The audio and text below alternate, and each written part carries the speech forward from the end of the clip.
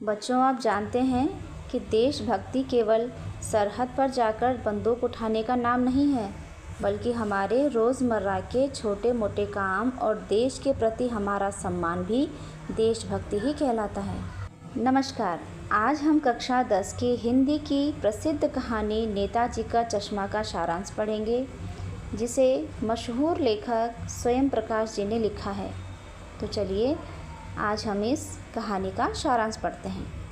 इस कहानी के मुख्य पात्र हैं हालदार साहब। वे अपनी कंपनी के काम के सिलसिले में हर 15वें दिन एक छोटे से कस्बे से गुजरते हैं। वह कस्बा बहुत बड़ा नहीं था। वहाँ कुछ पक्के मकान थे, एक लड़कों का स्कूल, एक लड़कियों का स्कूल, एक सीमेंट का छोटा सा कारखाना और एक मुख्य चौराहा था।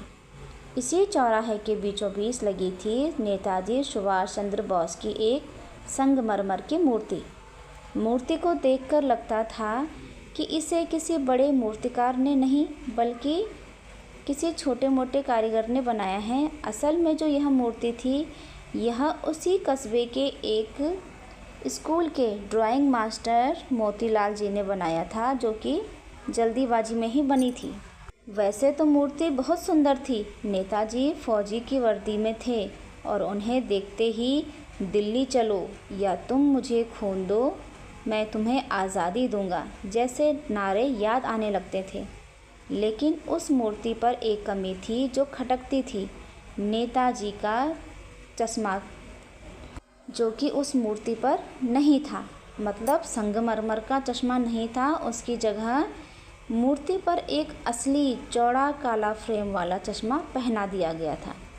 जब हालदार साहब ने पहली बार यह देखा तो उनके चेहरे पर एक कौतुक भरी मुस्कान फैल गई। उन्होंने सोचा, वाह भाई, क्या आइडिया है, मूर्ति पत्थर की और चश्मा रियल। अब हालदार साहब जब भी वहाँ से गुज़रते तो वे देखते कि हर बार नेताजी का चश्मा बदल जाता था। कभी गोल फ्रेम, कभी तार का फ्रेम, तो कभी चौकोर फ्रेम। अपनी उत्सुकता को दबा न पाने के कारण एक दिन उन्होंने चौराहे पर पान वाले से पूछ लिया, क्यों भाई, तुम्हारे नेताजी का चश्मा हर बार बदल कैसे जाता है?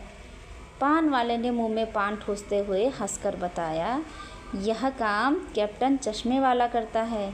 हालदार साहब को समझ आया कि कैप्टन एक गरीब, लंगड़ा और बूढ़ा चश्मे बेचने वाला है। जब भी किसी ग्राहक को नेताजी की मूर्ति पर लगा हुआ चश्मा फ्रेम पसंद आता तो कैप्टन वह मूर्ति से फ्रेम